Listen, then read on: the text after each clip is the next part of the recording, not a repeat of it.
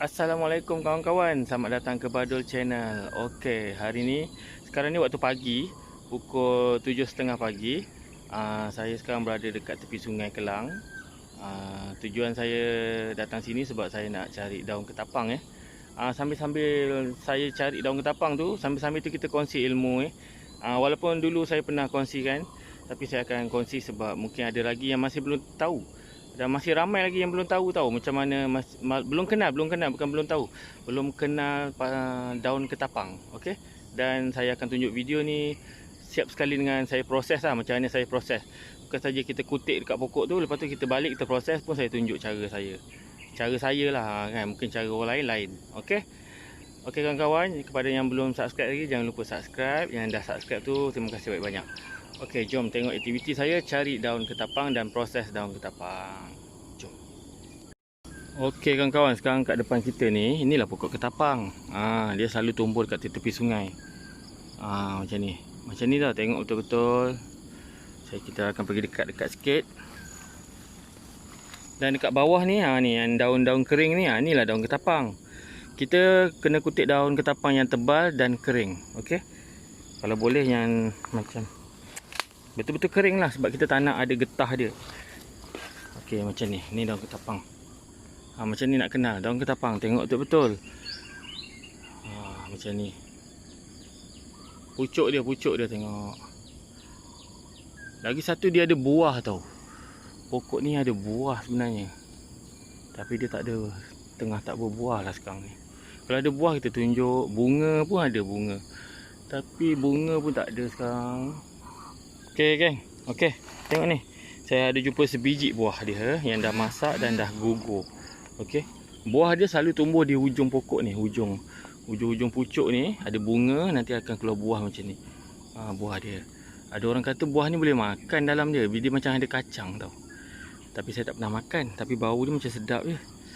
Dan pokok ni pun kita boleh tanam tau. Kalau kita kutip buah dia ni, ambil biji dia, kita kopik biji dia, lepas tu kita tanam yang biji dalam tu. Ada lagi satu dia, lapisan dia tebal.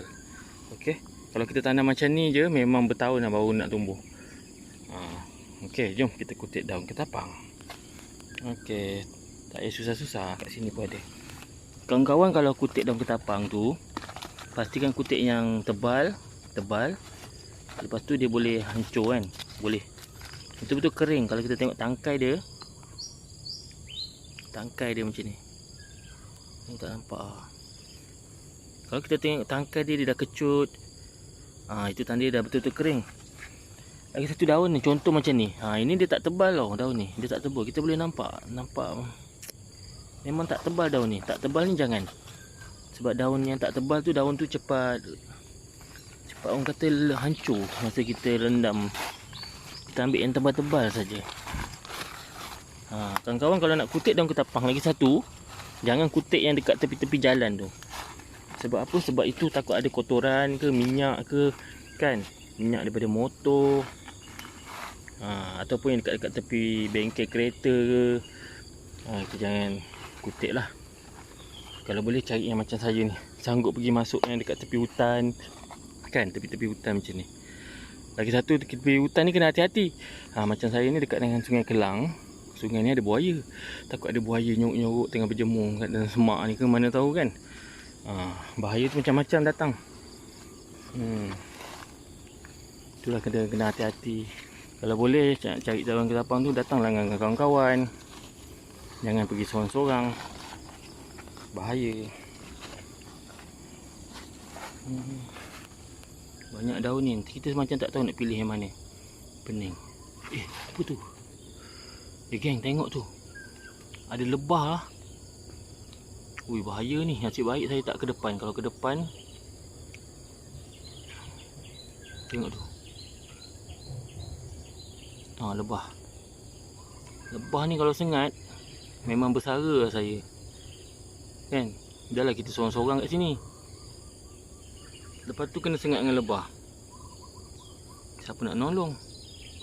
Okey kawan-kawan. Macam ni, mata kita kena peka sikit. Perhatikan keadaan sekeliling. Takut ada bahaya kan. Nasib baik saya nampak sarang lebah ni. Okey kawan-kawan. Dah 5 minit saya kutip. Dapat banyak ni lah. Okey, banyak ni. Jadilah ikan kita tak banyak. Okey. Okey, sekarang kita balik rumah, kita akan proses daun ni.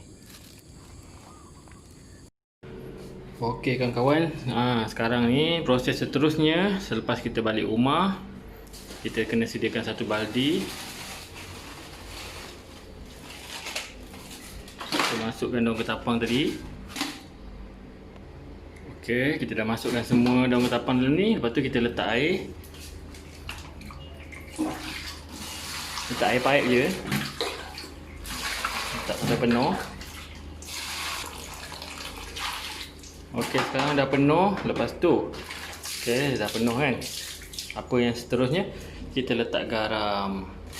Garam tak kisahlah garam kasar ke, garam halus ke. Kita letak garam. Tak banyak pun tak apa, letak sikit pun tak apa. Tujuan garam ni adalah untuk kita bersihkan kuman-kuman ke apa ke. Ada serangga ke, bakteria ke dekat daun ni. Okey, kita akan rendam. Daun ketapang ni dalam air paip yang ada kita letak garam. Kacau dulu garam ni. Kadang-kadang daun ni kotor kan, ada kuman-kuman, ada kesan daripada kecing tikus ke, anjing ke, apa ke kan. Takkan kita nak letak dalam ikan lagu kita. Jadi kita basuh dia dengan air yang ada garam ni. Okey, kita kacau dia. Okey, sekarang dah ada kan. Kita biarkan daun ni direndam dengan air ni selama 4 jam. Okey. Okey kawan-kawan, dah cukup 4 jam dah. Nampaknya daun ni dah cukup dah 4 jam kita rendam. Kita kena gaul-gaul macam ni. Dah 4 jam. Air ni kita buang tau. Kita tak boleh simpan air ni, kita buang.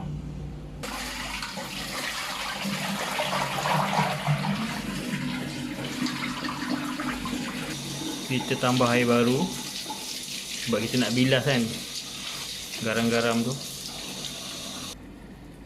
Okey, kita akan ramas-ramas lagi sekali.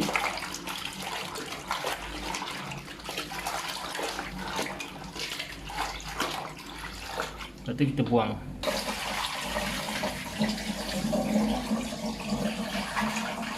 Okey, langkah seterusnya kita akan ambil daun-daun ni. Kita akan ramas.